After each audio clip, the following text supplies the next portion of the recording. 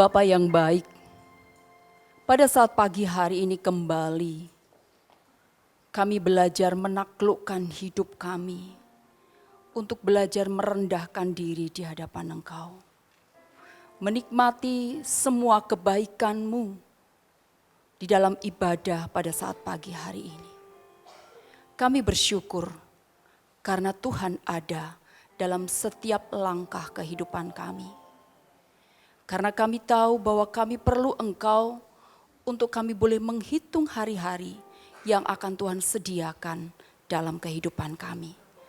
Tentunya Roh Kudus akan terus bekerja di tengah-tengah kami, mengurapi setiap hati kami untuk kami menikmati kehadiran-Mu melalui kebenaran firman-Mu. Terima kasih Tuhan, hanya di dalam nama Tuhan Yesus Kristus kami berdoa dan mengucap syukur. Haleluya. Amin. Silakan duduk Bapak Ibu yang dikasihi oleh Tuhan. Shalom. Puji nama Tuhan, satu kemenangan pada saat pagi hari ini kita bisa kembali ada di dalam hadirat Tuhan. Setelah kita mengalahkan segala rasa di pagi hari untuk kita bersama-sama karena kita tahu bahwa ada Allah hadir saat pagi hari ini di rumah ini.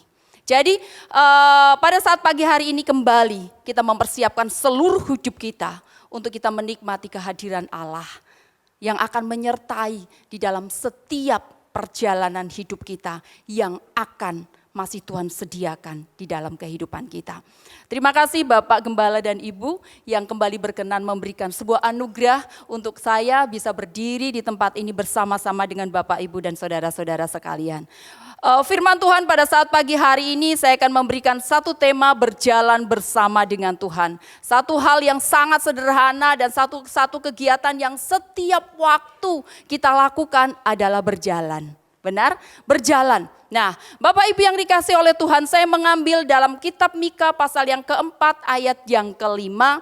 Di situ dikatakan bahwa biarpun segala bangsa berjalan masing-masing demi nama Allahnya, tetapi kita akan berjalan demi nama Tuhan Allah kita untuk selamanya dan seterusnya.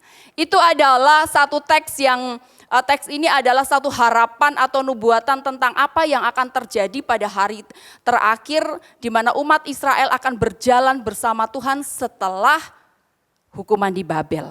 Nah, Bapak Ibu yang dikasihi oleh Tuhan, tadi saya di depan mengatakan bahwa berjalan adalah satu kegiatan, satu hal yang setiap waktu kita lakukan, bahkan akan ada banyak orang yang sangat menderita ketika dia tidak bisa berjalan. Bagaimana dia berjuang untuk dapat menikmati kehidupan dengan melakukan sebuah perjalanan. Nah, bisa dikatakan bahwa hidup itu adalah sebuah perjalanan dan setiap perjalanan pasti punya tujuan. Benar? Nah, tidak mungkin kan ketika Bapak Ibu bertemu dengan seseorang di jalan kemudian bertanya, "Bu, mau kemana?" Gitu kan. Kemudian ibu yang kita sapa itu menjawab, "Hah? Gak tahu, aku mau kemana ya?" Gitu kan. Berarti separuh dia punya hidup. Yang separuh gak ngerti. Karena dia berjalan tapi dia gak ngerti dia mau kemana. Setiap kita bertanya kepada seseorang mengatakan, "Pak atau Bu atau D mau kemana?" Pasti jawabannya, "Oh mungkin kita mau ke pasar, ke gereja, ke sekolah, kemanapun kita punya sebuah tujuan bahwa kemana kaki kita akan melangkah." Nah dalam beberapa kemarin kalau saya tidak salah, saya diajak ngobrol sama anak saya yang paling kecil. Dia bilang begini, "Mama," dia melihat di YouTube yang mungkin Bapak Ibu juga tahu bahwa ada seorang musafir yang sedang melakukan sebuah perjalanan. Anak saya tiba-tiba begini, "Mama, iya, kenapa?" Saya bilang, "Saya sambil tiduran, dia bermain, dia kayak gini. Nanti kalau Mama ketemu sama orang itu, sama orang ini, siapa? Ini loh Mah," ditunjukin gambarnya. "Tolong ya Mah, orang ini dikasih makan." Kenapa? Kasihan Mah, dia itu 21 tahun berjalan, gak pakai sendal, gak pakai alas kaki Mah, kasihan. Nanti bisa loh Mah kalau ketemu bisa dikasih sepatunya kakak-kakak yang sudah gak kepake, kasihan Mah. Nah itu anak saya yang paling kecil ngomong seperti itu. Saya jadi penasaran siapa sih? Karena saya memang gak pernah lihat itu. Nah ternyata oh ini loh, saya walaupun tidak mengikuti perjalanan itu tapi sekilas saya tahu bahwa ada seorang musafir yang melakukan 21 perjalanan. Dia orang Demak, saya mikir kok kenapa lama banget perjalanannya gitu kan. Akan menuju ke sebuah gunung, walaupun maaf kalau saya salah karena saya hanya sekilas itu akan mengambil senjata atau pusaka yang dia pendam di sebuah gunung Muria. Nah, Bapak Ibu yang dikasih oleh Tuhan, orang dunia saja dia rela melakukan sebuah perjalanan yang panjang hanya untuk sebuah tujuan yang belum tentu itu berakhir membawa ke dalam sebuah kehidupan yang lebih baik setelah dia menghadapi sebuah kematian. Bapak Ibu yang dikasih oleh Tuhan, tujuan perjalanan hidup kita adalah bertemu dengan kehendak Tuhan dan akhirnya sampai pada kekekalan. Orang dunia banyak melakukan sesuatu berjalan sekian puluh tahun, hanya dia berharap dia punya pusaka yang akan menyelamatkan hidupnya. Yang akan membawa sesuatu dampak yang baik di dalam kehidupan kita.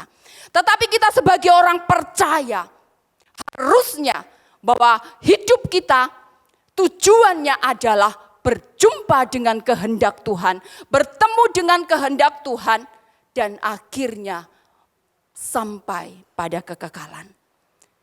Bapak Ibu yang dikasih oleh Tuhan, ketika kita ada di tempat ini ada sebuah pertanyaan.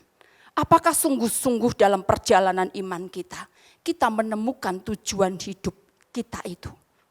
Apakah tujuan hidup kita yang kita bangun selama ini benar-benar membawa kita berjumpa kepada kehendak Tuhan yang akan mengantar kita, yang akan membawa kita sampai pada kekekalan itu? Ataukah kalau hari ini kita ditanya, apa sih tujuan hidupmu? Sama seperti tadi di depan. Gak tahu tuh saya mau ngapain. Yang penting hidup aja, jalani.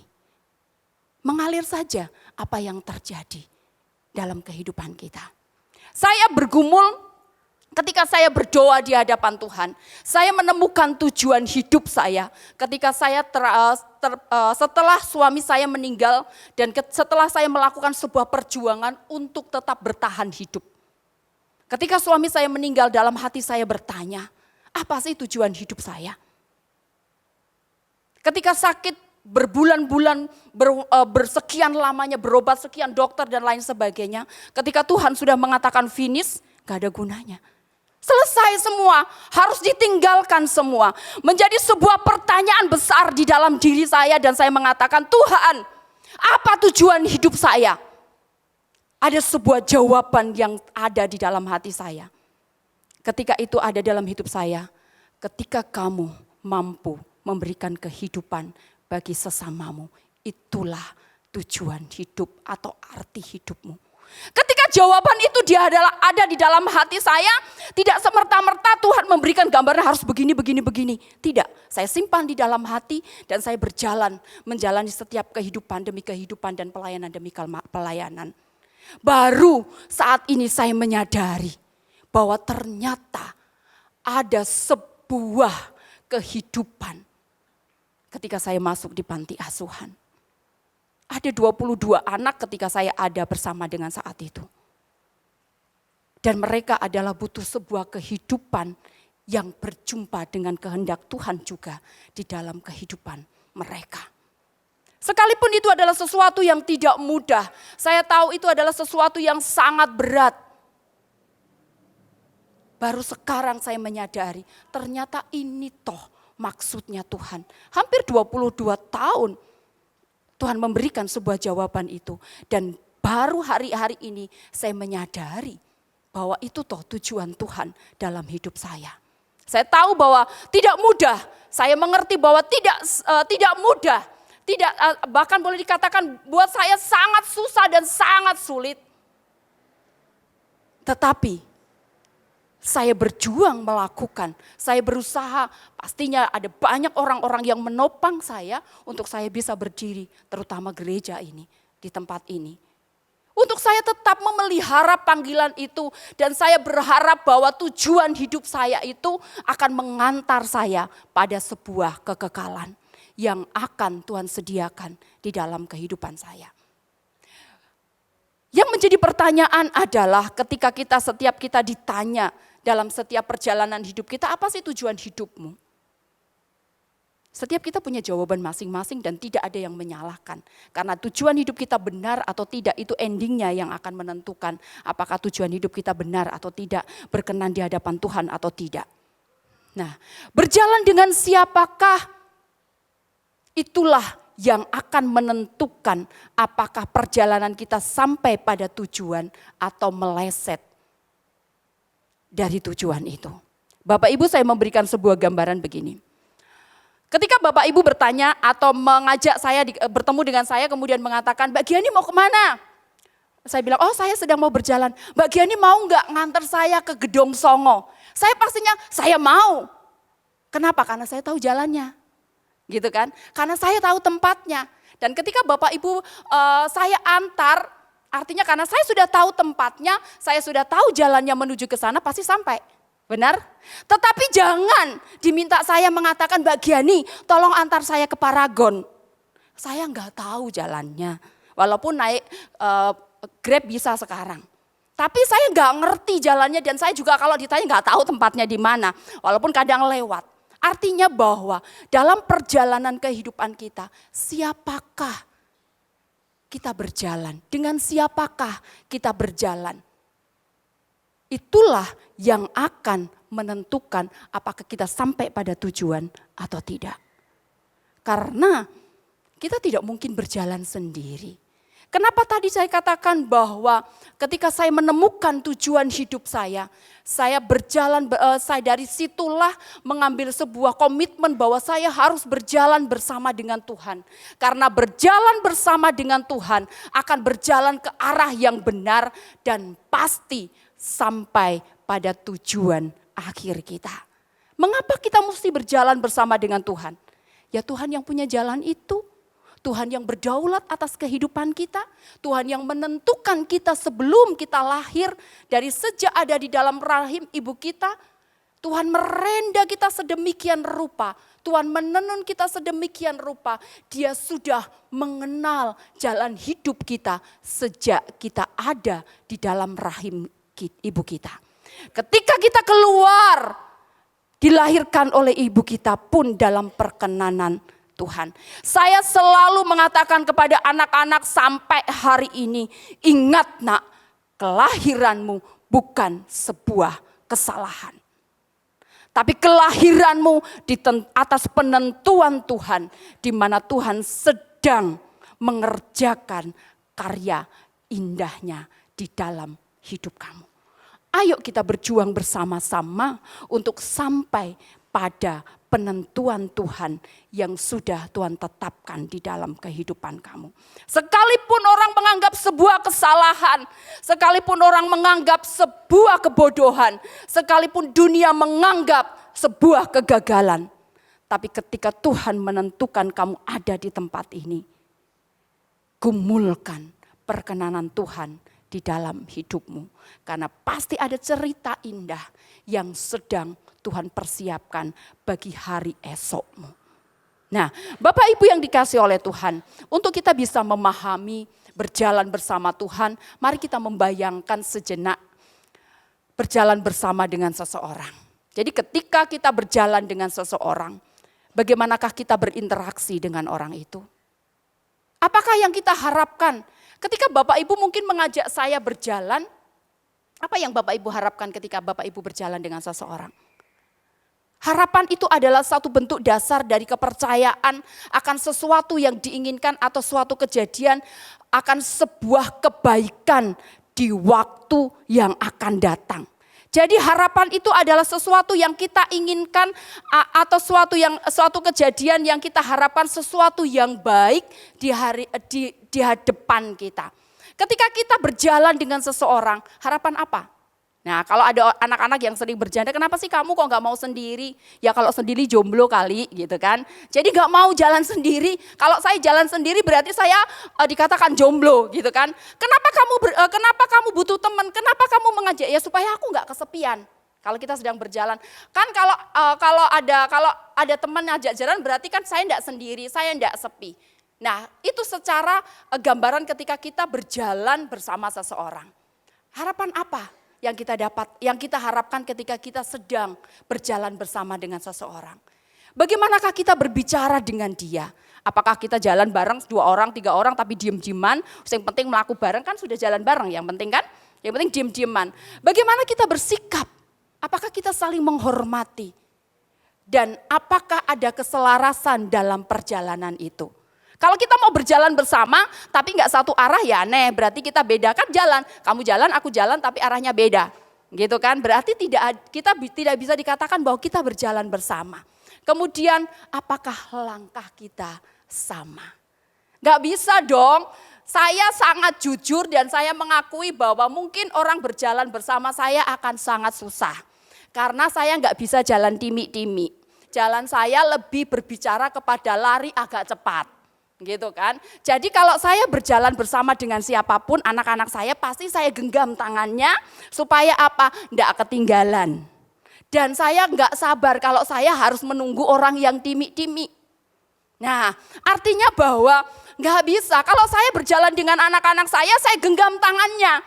Ayo, ndang melaku bendang tekan. Ayo kita jalan agar kita sampai. Kemarin saya pulang, kebetulan bapak saya sakit, kemudian saya ditelepon, saya menyempatkan diri pulang sebentar. Setelah bapak saya pulang dari rumah sakit, saya pamitan sama kakak, saya harus pulang. Saya begini bla bla bla bla bla dan lain sebagainya. Oke deh pulang dah. Kakak saya bilang begini. Ketika kakak saya mengantar di depan, kakak-kakak saya bilang begini. Duk, kenapa? Di bercandaan. Dan yo kowe, lah kenapa? Dari seluruh keluarga kita, kenapa kakimu yang paling besar? Gitu kan. Kemudian saya bilang gini, karena Tuhan tahu pundak saya berat banget. Jadi kalau kakinya enggak besar, enggak bisa menopang pundak saya. Nah semuanya bercanda dan saya dadah, saya harus pulang. Oke, nah itu adalah sebuah percandaan yang saya, oh iya yo, kok sikilku gede banget yo. Saya baru menyadari itu, saya bilang, saya sering dijandakan, wah sikilmu kayak gebuk maling, rak popo. Sing penting bisa melangkah maju ke depan, menikmati apa yang Tuhan sediakan. Itu adalah sebuah intermezzo karena perjalanan kita membutuhkan kaki. Saya saya cuman bercanda seperti itu dan ternyata anak saya juga sama, kakinya sama gitu kan. Anak saya juga, kenapa sih Ma, aku kok gak feminim banget ya, wajahku cantik tapi kok sikilku gede banget ya gitu kan. Itu sebuah percandaan. Nah ingat ya, tanggung jawab kita besar, kamu akan melangkah. Artinya bahwa kalau kakimu besar ada banyak langkah yang harus kamu tempuh dalam perjalanan hidup.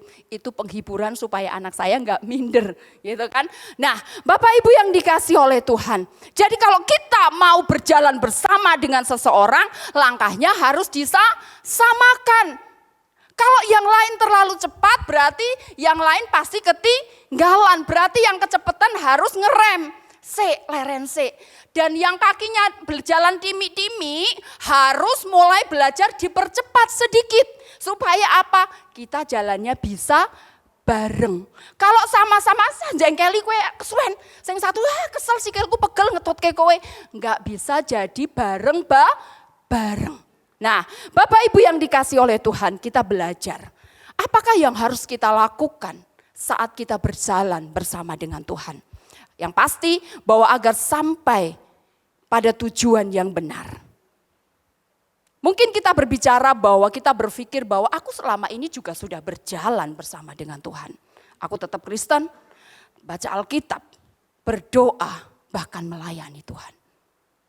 Tetapi apakah nyata Tuhan itu terasa di dalam perjalanan hidup kita? Untuk kita bisa menikmati kebersamaan dengan Tuhan dalam perjalanan hidup kita adalah yang pertama kita mesti fokus sama Tuhan. Fokus adalah di mana inti. Saya kata ketika belajar kita fokus bahwa intinya hidup kita adalah bersama dengan Tuhan. Untuk kita bisa fokus kita harus berani mengabaikan hal-hal yang mencoba mengalihkan pandangan kita kepada Tuhan. Posisi kita bersama dengan Tuhan. Karena Tuhan tidak pernah berubah posisinya. Tuhan tetap berdaulat di dalam kedaulatannya. Sebelum kita fokus sama Tuhan, kita harus mampu untuk kita bisa fokus. Sebelum kita mau belajar fokus kepada Tuhan, kita harus mampu mengabaikan pesona dunia yang dapat mengalihkan hubungan kita dengan Tuhan. Artinya bahwa untuk kita bisa fokus, kita nggak fokus dulu. Kita harus berani komitmen dalam diri kita, mengalihkan atau mengabaikan segala sesuatu, pesona keindahan dunia, hal-hal yang ada di dalam dunia ini, baru kita bisa fokus. Kalau kita berjuang, aku fokus dulu, nanti kan yang dunia minggir, pergi dengan nggak bisa. Kita komitmen dulu di hadapan Tuhan, berani mengalihkan, berani meninggalkan segala sesuatu yang mencoba mengalihkan posisi kita dari hadapan Tuhan, yang mencoba menarik kita dari sebelahnya Tuhan ketika berjalan. Tidak selalu dosa, tetapi yang paling penting adalah segala sesuatu yang diprioritaskan di atas Tuhan, itulah yang akan mengalihkan posisi kita di hadapan Tuhan. Ingat baik-baik Bapak Ibu, harus kita pahami, Tuhan itu tidak pernah berubah. Tuhan itu enggak pindah-pindah tempat, dia ada di dalam posisinya. Nah, yang sering mencela-mencela itu adalah kita. Kadang kita terserah semaunya kita sendiri. Mau jalan ya jalan, mau berhenti ya berhenti, mau duduk ya duduk. Lah kesel leren toh, capek dan lain sebagainya. Bapak Ibu yang dikasihi oleh Tuhan, saya memberikan sebuah gambaran. Ketika Bapak Ibu sedang berjalan bersama dengan seseorang, tetapi orang yang berjalan dengan Bapak Ibu sibuk main HP sendiri. Kita jalan di bareng, tetapi teman kita sibuk main HP sendiri jalan sambil main, kira-kira ada fungsinya enggak jalan bersama? Enggak ada. Dia menikmati dunianya, saya menikmati dunia sendiri. Enggak ada keharmonisan, enggak ada hubungan. Gak ada kebersamaan itu, bareng jalan. Tapi saya jalan bareng empat kaki melangkah atau beberapa orang, tapi sibuk. Yang satu sibuk dengan HP-nya sendiri, apakah itu yang dikatakan jalan bersama? Apakah itu yang dikatakan jalan berdua? Bapak Ibu yang dikasihi oleh Tuhan, bukan cuma itu. Terkadang yang bisa mengalihkan posisi kita dari hadapan Tuhan adalah kita bekerja untuk memenuhi kebutuhan. Seberapa banyak dalam kehidupan kita punya komitmen bahwa kita menyediakan waktu yang sungguh-sungguh gak bisa diganggu gugat di dalam kehidupan kita, bahwa waktu itu adalah waktu untuk Tuhan. Bukan hanya ke gereja, tapi waktu di mana kita punya waktu pribadi. Bukan hanya doa makan, doa tidur, tetapi kita pernah enggak fokus sama Tuhan dalam perjalanan hidup kita. Ada sebuah waktu, ada satu waktu di mana kita benar-benar komitmen, apapun yang terjadi, ini waktunya aku bertemu dengan Tuhan. Saya sadar benar akan hal ini, bahwa saya tidak mampu berjalan tanpa ada Tuhan. Saya tahu di panti banyak beberapa ibadah pagi pasti, dan mereka tidak berani melanggar karena pasti kalau melanggar mata saya langsung melotot, ngapain gitu kan. Tetapi saya juga harus punya waktu di mana saya berjumpa dengan Tuhan di dalam kehidupan saya. Saya cuma bilang begini, ingat ya, kalau waktu kamar setelah makan malam, kamar saya tutup dan kadang lampu saya matikan, itu adalah waktu saya berjumpa dengan Tuhan. Dan anak-anak tahu, tidak akan berani buka pintu. Karena kalau sudah selesai pasti tante keluar. Tidak lama, karena tante butuh Tuhan dalam perjalanan hidup kita. Kadang-kadang orang tidak berpikir ke situ, yang penting ibadah, selesai memberi persembahan, yang lebih keren lagi kadang persembahan dan perpuluhan dititipkan ke orang. Ya saya titip ya buat Tuhan. Ketika saya pelayanan di Banyumas ada banyak karena sibuk dan gereja di situ tidak terlalu diperhatikan atau tidak terlalu berkembang, sekalipun di situ adalah banyak Kristen Katolik, orang-orang Chinese seperti itu. Tetapi ketika kami masuk ada banyak orang-orang pengusaha cuma mengatakan, Pak saya titip perpuluhan ya buat Tuhan. Saya titip persembahan ya buat Tuhan. Saya berpikir kok sebegitunya memandang Tuhan. Akhirnya kita berusaha dan berjuang bahwa Tuhan itu sudah jauh. Kamu bisa memberikan persembahan ya karena Tuhan yang memberi. Tuhan yang memberkati. Jadi Tuhan itu gak butuh duitnya doang, Tuhan gak butuh duit. Tetapi Tuhan butuh hidupmu untuk kembali kepadanya. Bekerja keras itu wajib karena kita membutuhkan sebuah kehidupan. Tapi di atas pekerjaan yang kita lakukan, apakah itu akan mengantar kita pada perkenanan Tuhan?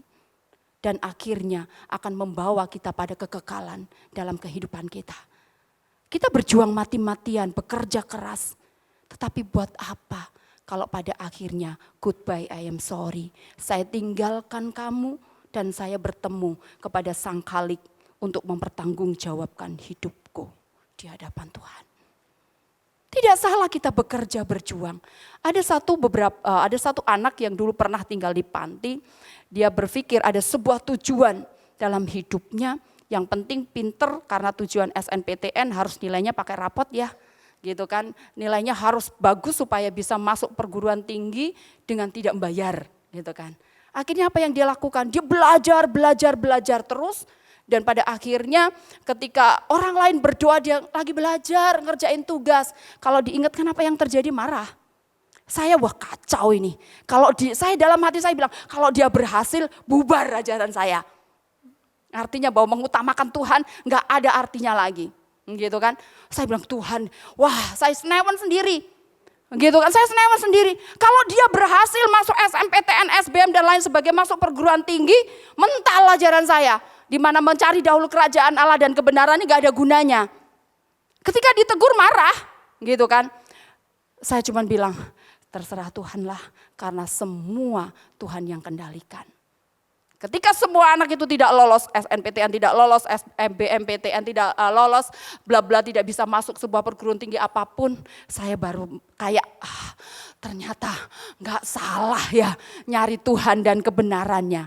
Karena Tuhan tetap ada dan berdaulat dalam kehidupan anak-anaknya yang berpegang.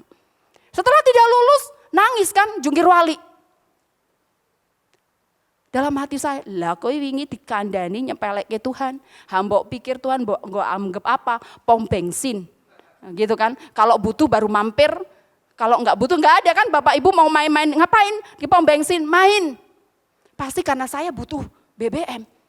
Makanya saya berhenti di pom bensin. Kalau enggak butuh kan seliwer aja semua mobil. Butuh baru mampir. Enggak. Atau Tuhan dianggap seperti ban serep. Kalau enggak meledos, enggak dipakai. Bapak Ibu yang dikasih oleh Tuhan, bagaimana perjalanan kehidupan kita? Kehidupan harus tetap berjalan, mobilitas kehidupan, bekerja, belajar, sekolah, melakukan hal-hal harus tetap kita lakukan. Tetapi di manakah Tuhan ketika kita melakukan itu semua? Apakah Tuhan tetap menjadi satu prioritas dalam kehidupan kita? Apakah Tuhan tetap menjadi satu hal yang utama dalam perjalanan hidup kita? Apakah Tuhan tetap menjadi satu tujuan akhir dalam kehidupan kita? Bahwa aku melakukan ini, aku sedang mengerjakan kehendak Tuhan yang akan membawa aku sampai pada kekekalan. Dan apa yang aku kerjakan hari ini akan mengantar, ingat Bapak Ibu, akan mengantar saya sampai di sana.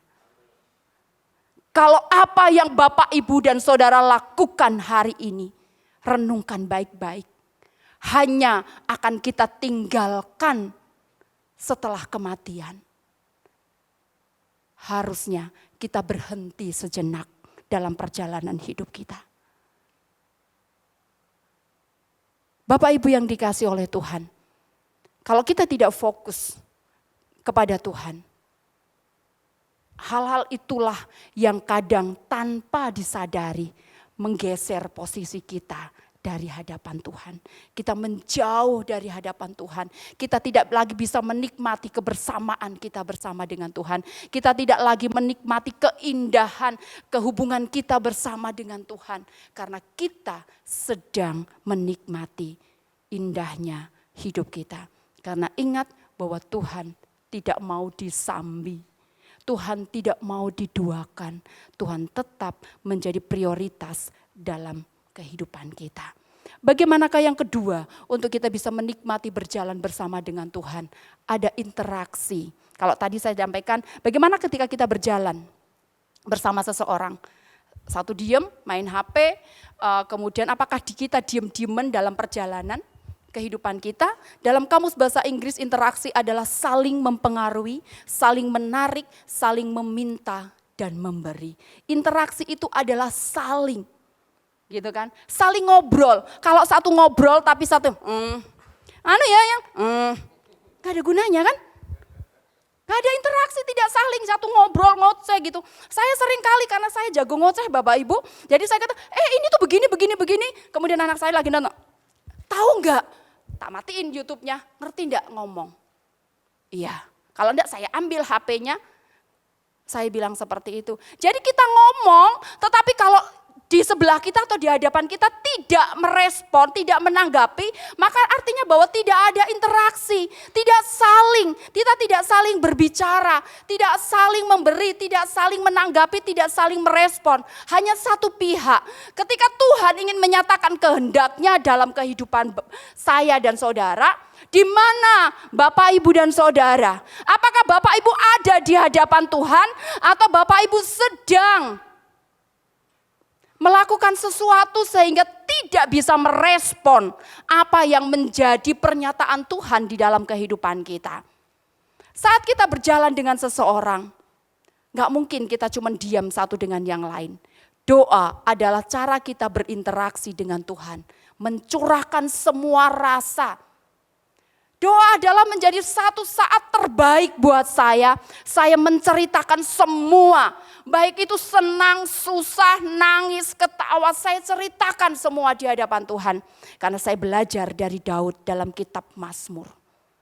Daud di situ menyampaikan di atas pembaringanku, ketika aku duduk, ketika aku berjalan, ketika aku berdiri. Datang di hadapan Tuhan. Doa merupakan sebuah interaksi di mana kita menyampaikan segala sesuatu yang ada di dalam kehidupan kita. Ketika kita sudah menyampaikan, ada waktunya kita harus mendengar. Duduk, apa sih yang Tuhan mau di dalam hidupku? Wah, kober Tuhan, setelah repot, telat, bla bla bla bla, lari. Kira-kira kalau kita seperti itu, kalau kita ngomong dengan orang lain didengar enggak? Enggak kan? Kita bisa mengerti enggak apa yang disampaikan oleh orang lain kepada kita? Gak bisa, karena untuk bisa tahu kehendak Tuhan, kita harus diam, mendengarkan di hadapannya. Kalau enggak bisa, enggak ketemu. Mau berapa puluh tahun pun kita menjadi orang Kristen, enggak akan pernah ketemu yang namanya kehendak Tuhan. Karena kita tidak pernah mau mendengarkan apa yang Tuhan mau. Yang kita mau cuma Tuhan yang penting dengar, Tuhan jawab doaku, Tuhan perhatikan aku, Tuhan ingin aku begini dan lain sebagainya. Hanya menuntut Tuhan memenuhi kebutuhan kita, tetapi kita tidak pernah belajar merendahkan hati untuk kita bisa mengerti apa yang menjadi maunya Tuhan di dalam kehidupan kita. Apakah kita sampai hari ini masih di posisi orang Kristen yang seperti itu? Hanya menuntut Tuhan memberi, memenuhi semua kebutuhan kita. Sedangkan kita tidak pernah sempat bertanya kepada Tuhan apa yang Tuhan mau untuk kehidupan kita. Kalau Bapak Ibu masih seperti itu, berarti Bapak Ibu masih meragukan firman Tuhan. Carilah dahulu kerajaan Allah dan kebenarannya, maka semua akan ditambahkan kepadamu. Semua Bapak Ibu gak ada batasannya, kalau semua itu gak terbatas. Semua Tuhan akan berikan kepadamu, semua Tuhan akan tambahkan kepadamu. Kalau Bapak Ibu masih melakukan itu, menuntut Tuhan memenuhi segala kebutuhan Bapak Ibu belum yakin akan firman Tuhan yang tadi saya sampaikan. Karena tanpa Bapak Ibu meminta pun, Tuhan sudah menyediakan. Yang menjadi pertanyaan, ketika Tuhan dan malaikat bekerja untuk menyediakan berkat untuk kita, di mana kita berada? Apakah kita ada di posisi di hadapan Tuhan? Ataukah kita sedang ada di tempat yang lain dengan segala keindahan hidup kita? Jadi kalau Tuhan tidak menyediakan yang kita mau, kita evaluasi diri. Apakah tujuan hidupku sudah selaras dengan tujuan Tuhan di dalam kehidupan kita?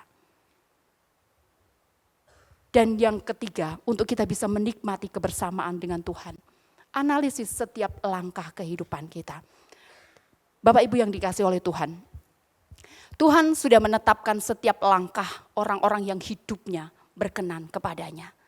Tetapi tadi di depan saya mengatakan, kita yang selalu atau sering jalan sakarpe dewe, semau kita sendiri. Ada jalur gitu kan, ada sebuah ketetapan yang sudah Tuhan berikan kepada kita, jalan yang harus kita lewati dalam perjalanan iman kita di hadapan Tuhan. Ketika kamu melewati jalan itu, yakin kamu sampai pada tujuan. Tetapi terkadang kita belok kanan, belok kiri, melayu-melayu dan lain sebagainya sehingga membuat kita tidak sampai pada tujuan tepat pada waktunya. Apakah yang menjadi pertanyaan dalam kehidupan kita, apakah langkah kita sesuai dengan langkah Tuhan atau tidak? Bisa dikatakan bahwa apakah langkah kita sesuai dengan langkah Tuhan atau tidak? Itu yang harus dievaluasi atau itu yang harus setiap waktu kita pertanyakan dalam kehidupan kita. Apakah tujuan hidupku tuh sesuai sama Tuhan gak sih? Apakah yang aku rencanakan itu sesuai dengan kehendak Tuhan apa enggak sih? Nah, agar kita berjalan, tadi saya di depan juga sudah mengatakan bahwa agar kita berjalan bersama Tuhan, ada waktunya kita harus mempercepat dan ada kadang juga kita harus memperlambat langkah kita agar perjalanan kita sesuai dengan irama langkahnya Tuhan. Artinya bahwa kalau kita tahu bahwa apa yang menjadi tujuan hidup kita tidak sesuai dengan kehendak Tuhan, ya kita harus berhenti. Kalau Tuhan tidak mendengarkan, kita menyadari bahwa ketika kita berdoa, sesungguhnya dalam hati nurani kita tahu bahwa apa yang kita doakan itu berkenan di hadapan Tuhan atau tidak. Yang menjadi pertanyaan, kita dengar enggak pemberitahuan Tuhan itu melalui Roh Kudus dalam diri kita? Atau kita mengatakan pokoknya aku ngene. Ya kalau kita bilang pokoknya aku ngene, ya Tuhan, ya pokoknya aku juga punya kedaulatan. Ketetapanku seperti ini. Gak mungkin kita kalau anak kita datang kepada Tuhan, kita mengatakan begini, mama aku mau es krim mah. Mama belum punya uang gitu kan. Tapi kadang-kadang anak, ma pengen lah. Nah yang lebih terenyuh lagi anak saya yang paling kecil selalu mengatakan begini, mama punya uang gak? Kenapa? Aku mau es krim. Kalau mama gak punya uang, gak apa-apa deh nanti aja. Wah itu orang tua rasanya jadi gregel gitu kan. Yang harusnya gak punya uang, kok melasmen gitu kan anakku. Dia tahu kalau dompetnya mama gak ada uang, jadi nanti aja padahal dia kepengen. Artinya bahwa kadang orang tua jadi berjuang, oh ya udah tapi yang murah ya. Nah akhirnya kan memberi. Nah Bapak Ibu yang dikasih oleh Tuhan, ketika kita tahu bahwa apa kita berdoa, kita membangun sebuah tujuan hidup kita di hadapan Tuhan. Dan kita paham dan kita mengerti bahwa itu tidak sesuai dengan kehendak Tuhan, berhenti. Langkah kita dihentikan dalam perjalanan hidup kita. Dan setelah kita berhenti, kembali bertanya kepada Tuhan, apa yang harus saya kerjakan selanjutnya? Gak usah maksa, karena kalau kita memaksa, yang harusnya jalan itu tidak kita lewati, tertatih-tatih kita. Akan sakit kita, akan sangat terseok-seok jalan hidup kita. Sekalipun ketika kita terseok-seok, Tuhan juga ada bersama dengan kita. Bapak Ibu yang dikasih oleh Tuhan, saya sangat belajar ketika saya berdoa, bergumul dengan anak saya untuk menentukan masa depan dia. Anak saya adalah anak IPS, karena dia menghafalkannya cukup bagus, 15 menit menghafal selesai. Dia kayaknya bebas gitu kan, IPS wah ulangan sosiologi, sejarah bisa. Dalam pergumulan kami, dalam doa kami di hadapan Tuhan, yang terbesit dalam hati kami berdua adalah kesehatan. Padahal kalau anak IPS masuk kesehatan kan akan susah karena berbeda jalur. Kemudian dengan doa berarti harus masuk IPA untuk bisa masuk kesehatan. Dia mengatakan tapi aku gak bisa mah, IPA susah buat dia. Kenapa? Karena ternyata di otak anak saya gak ada angka. Artinya dia matematika gak bisa. Kalau matematika nggak bisa, kimia, fisika pasti jeblok. Padahal kalau IPA adanya itu. Dengan sebuah keberanian anak saya dan kami mengatakan, tapi ini hasil dari perjuangan dan pergumulan. Oke, jalani. Bapak Ibu tahu nilai anak saya jujur sekarang karena sudah selesai. Ketika ujian nasional anak saya nilainya 2 matematika. Kok bisa lulus? Karena di rata-rata semuanya nilai minimal pada waktu itu rata-ratanya harus sekian dan sampai. Pastinya lulus dan lain sebagainya ujian nasional. Gak ada angka. Tetapi saya berbicara bahwa hidup itu bukan masalah suka atau tidak suka. Hobi atau tidak hobi. Gemar atau tidak gemar. Apakah itu sesuai dengan kehendak Tuhan atau tidak? Ketika kamu berjalan dalam kehendak Tuhan, pasti kamu bisa melewatinya. Sangat berat ketika dia harus masuk kelas IPA, dia bilang sangat stres, dia bilang, wah gila masuk kelas IPA mah, saya orang gak bisa diam kaki, tangan dan mulut. Sedangkan di kelas IPA harus diam dan kutu buku semua, dan saya gak suka baca buku. Sangat stres hari-hari pertama, seminggu-seminggu, sebulan-sebulan dia mengatakan, kayak bukan di duniaku, aku masuk di dunia yang lain. Tapi saya coba belajar, kalau kamu tahu bahwa apa yang Tuhan perkenan dalam hidupmu, kamu pasti bisa melewati. Dan ketika kamu berjalan bersama dengan Tuhan, dan kamu tahu bahwa jalan yang kamu tempuh adalah jalannya Tuhan, Tuhan pasti akan menyediakan semuanya. Dan ketika tanggal 8 kemarin anak saya wisuda, saya tahu, ini janji Tuhan. Ketika berjalan bersama dengan Tuhan, Tuhan mengcover semuanya dengan sempurna. Tanpa cacat dan celah. Jadi saya selalu mengatakan kepada anak-anak saya, mengatakan bahwa ingat nak, hidup itu bukan berbicara suka atau tidak suka, hobi atau hal yang menyenangkan diri kita. Tetapi tujuan hidupmu harus yang sesuai dengan perkenanan Tuhan. Ketika kamu berjalan dalam perkenanan Tuhan, yakinlah Tuhan memberi yang terbaik dalam hidup kamu. Nah, Bapak Ibu yang dikasihi oleh Tuhan, seperti tadi. Ketika kita tidak sesuai jalan hidup kita, sekalipun itu menjadi menjadi hobi, menjadi sesuatu yang menyenangkan dalam kehidupan kita. Berani tidak kita taruh dan letakkan itu. Dan kita melangkah di jalan yang sudah Tuhan sediakan. Sekalipun kita harus tertatih-tatih, kita harus belajar, kita harus berjuang dengan segenap tenaga dan kekuatan kita. Biasanya orang yang seperti itu, ketika gagal dia akan menyalahkan, lah aku gak seneng kok, lah aku gak suka, lah aku gak mau, aku dipaksa. Sesungguhnya ketika kita tahu jalan yang sudah Tuhan sediakan dalam kehidupan kita, Tuhan pasti akan menjaga kita dengan sempurna di dalam perjalanan hidup kita. Kadang waktunya kita harus mempercepat langkah kita, ayo cepat, karena waktunya tidak banyak. Di mana kita akan sampai dalam perkenanan Tuhan. Tapi kita harus berhenti ketika apa yang kita lakukan itu tidak sesuai dengan apa yang Tuhan mau di dalam kehidupan kita. Gak bisa kita semau kita sendiri. Yang penting aku maunya begini, aku sukanya begini, aku hobinya begini, aku mengembangkan apa yang aku bisa. Kalau saya katakan kalau orang melakukan apa yang dia bisa dan itu berhasil itu biasa. Tetapi orang melakukan apa yang tidak dia bisa dan dia sukses dan dia berhasil, itu baru namanya sukses. Karena tidak semua yang kita suka akan mengantar kita pada perkenanan Tuhan.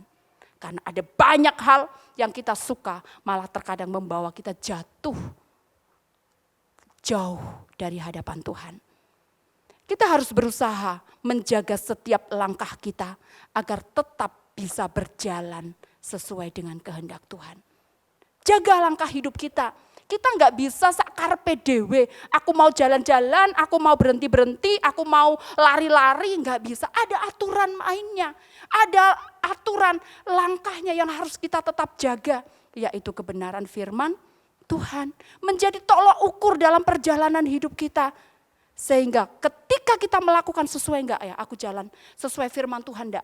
Ketika aku melakukan ini sesuai enggak dengan firman Tuhan.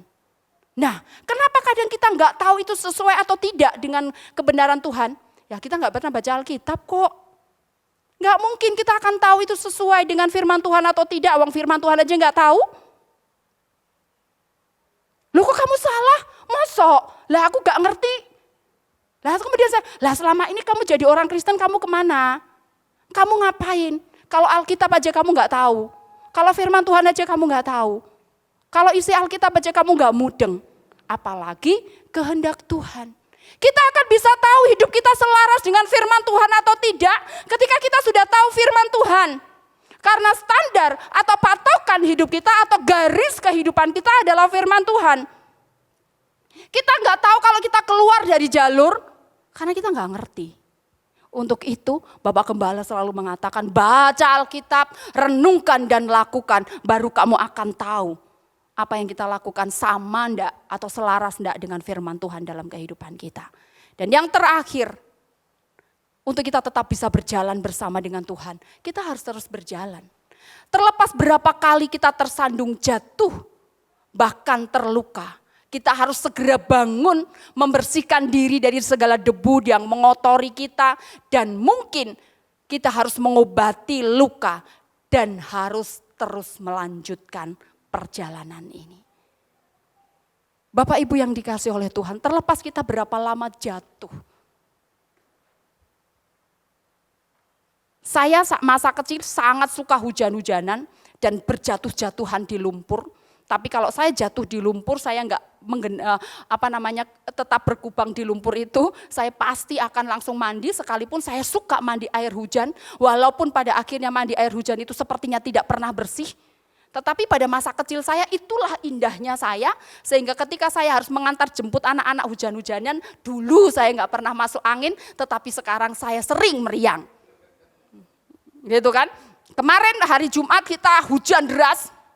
Saya sudah panik sakit. Wah, mantap ini. Hujan ngantar ke legato dan lain sebagainya. Puji Tuhan saya enggak sakit walaupun ada beberapa anak yang harus bed rest. Tapi saya bersyukur di situ Bapak Ibu yang dikasih oleh Tuhan. Ketika saya jatuh, saya tidak menangis dan mengatakan Bapak Ibu tolong saya. Saya belajar bangun sendiri, membersihkan luka saya. Kalau membersihkan semua kotoran yang menempel dalam tubuh saya. Dan akhirnya saya mengobati luka saya dan saya besok lari-lari lagi. Dan ketika lari besok saya harus hati-hati supaya tidak jatuh karena jatuh itu sakit. Nah, demikian juga dalam perjalanan kehidupan kita. Sekalipun ketika kita jatuh terkadang karena kesalahan kita sendiri. Ya, karena kita sudah tahu jalan licin kok jalan licin kok tetap dilalui, jatuh kepleset. Wah, jalannya ini jan memang kok nggak bisa dong. Berarti salah kita. Sudah tahu licin kok dilewatin. Memang nggak ada jalan yang lain. Ada kan? Gitu kan. Sekalipun terkadang kita jatuh, kita melakukan kesalahan, kita melakukan penderitaan karena kesalahan kita sendiri, sadar kita salah, perbaiki kesalahan itu dan lanjutkan perjalanan kita. Yang paling penting, jangan mengulangi kesalahan yang sama supaya kita tidak jatuh dalam lubang yang sama. Tetapi terkadang ada banyak orang melakukan kesalahan tapi nggak sadar kalau dia salah. Kalau dia nggak sadar kalau dia salah, gimana dia akan membersihkan diri? Kui lo kotor banget sih kelmu sepatu. Halah rapopo, aku wis biasa lo lendut-lendutan. Kotor-kotor seperti ini biasa lo. Ketika Bapak Ibu menyuruh, ayo cuci kaki, bersih mandi sana. Rapopo wis biasa. Ada gunanya enggak kita menyuruh? Gak ada, berantem kan. Dia pengen kotor-kotor udah biasa, kita jijik lihatnya. Ih geli loh gitu kan. Sama seperti itu Bapak Ibu yang dikasih oleh Tuhan. Bagaimana kita akan sadar bahwa kita melakukan sebuah kesalahan, ya kalau kita tahu firman Tuhan. Bahwa apa yang kita lakukan adalah sebuah kesalahan yang pada akhirnya akan membawa kita kepada sebuah penderitaan. Dan ketika kesalahan itu tidak diperbaiki, maka akan menimbulkan kesalahan-kesalahan yang lain. Jadi mari kita belajar bersama-sama. Kalau kita ingin terus berjalan bersama dengan Tuhan. Kalau kita jatuh, tersandung, tersungkur bahkan terluka. Kita evaluasi diri kita. Aku kenapa jatuh? Apakah karena aku kurang hati-hati? Ataukah karena aku sembrono jalan? Wis tahu jalannya licin berkelok-kelok. Saya lari. Jatuh. Dan ketika jatuh, pasti ada yang menolong. Sama Tuhan juga. Ketika kita sudah tahu bahwa kita jatuh karena kesalahan kita, Tuhan tetap setia. Ketika kita datang kepada Tuhan dan mengatakan, Tuhan aku jatuh, Tuhan aku sakit dan aku terluka. Ketika saya mengatakan, Emi, Koko jangan lewat itu nanti jatuh. Jangan loncat-loncat, jangan begini nanti kami jatuh. Tapi anak itu tetap saja melompat, berlari dan jatuh. Mama, apakah yang sokor ya kowe kandani? Kayak gitu kan? Enggak. Lain kali jangan seperti itu lagi. Digendong, diangkat dan dipeluk. Sudah, jangan menangis. Besok jangan seperti itu lagi. Sama. Tuhan kita adalah Tuhan yang luar biasa. Kadang kita petingkah dengan diri kita sendiri, petakilan dengan diri kita sendiri, lari sana lari sini semau kita sendiri. Tetapi ketika kita dengan segenap kerendahan hati kita mengatakan Tuhan aku sakit, Tuhan aku jatuh, Tuhan aku menderita Tuhan aku pahit. Tuhan akan datang dengan segenap kerendahan hati dan mengatakan ayo nak, bangun lagi, perjalananmu masih panjang, lanjutkan dan jangan lagi mengulangi kesalahan yang sama. Bapak Ibu yang dikasih oleh Tuhan, jangan menyerah ketika kita berjalan bersama dengan Tuhan. Tuhan tidak pernah meninggalkan kita. Sekalipun apapun yang terjadi, yang kita lakukan dan yang kita kerjakan itu menggeser posisi kita, membawa kita jauh dari hadapan Tuhan. Tetapi Tuhan dengan kesetiaan dan kasih-Nya, Dia akan selalu ada kapanpun kita datang kepada Dia.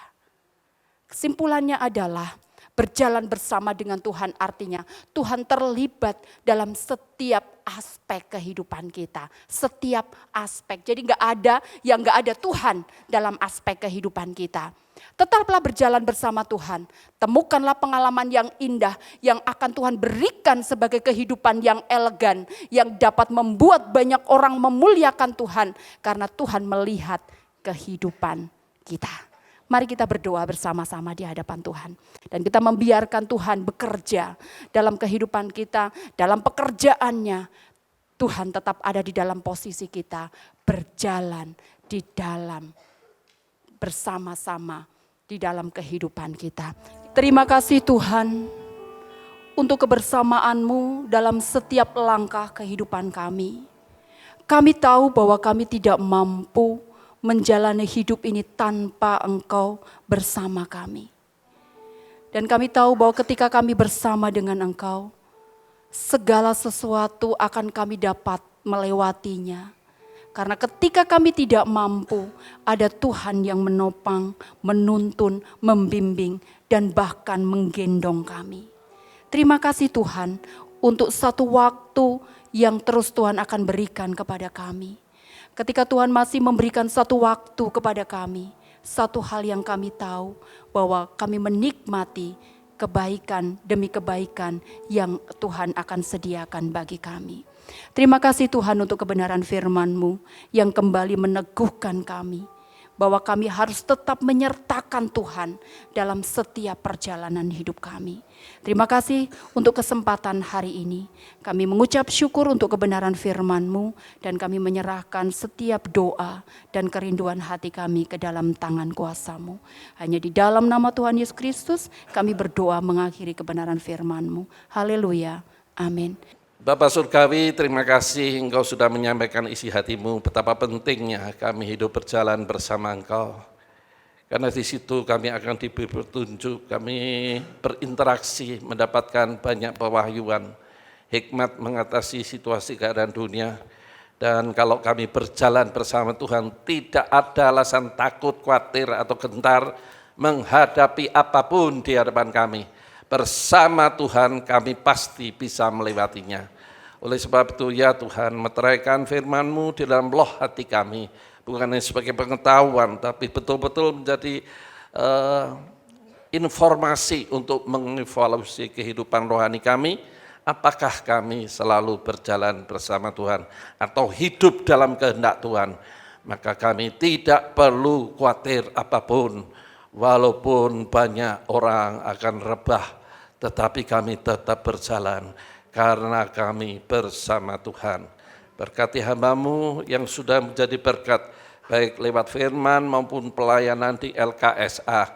Kami percaya setiap pengorbanan pergumulannya tidak sia-sia. Tuhan pasti akan memberkati dengan cara Tuhan yang luar biasa. Demikian pula kami yang sudah menerima firman, sungguh kami mengucap syukur dan terima kasih. Dan akhirnya kalau sebentar kami mengakhiri persekutuan ini untuk kembali ke tempat kami masing-masing, kami percaya sebagai anak Tuhan ada malaikat yang menjaga, melindungi.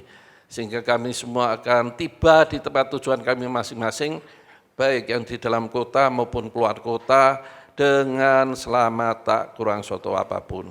Kami akhiri ibadah ini dengan penuh ucapan syukur di dalam nama Tuhan Yesus. Sekarang jemaat Tuhan, angkat hatimu, pulanglah engkau dengan membawa berkat dari Allah Bapa, kasih setia Tuhan yang sekali-kali tidak pernah meninggalkan hidupmu, pimpinan, bimbingan, pertolongan, hikmat dari Roh Kudus akan menyertai perjalanan hidupmu sekarang sampai selama-lamanya. Terimalah berkat ini dengan iman dan mengucap syukur di dalam nama Tuhan Yesus. Setiap kita yang percaya katakan amin. Tuhan memberkati, sampai ketemu lagi.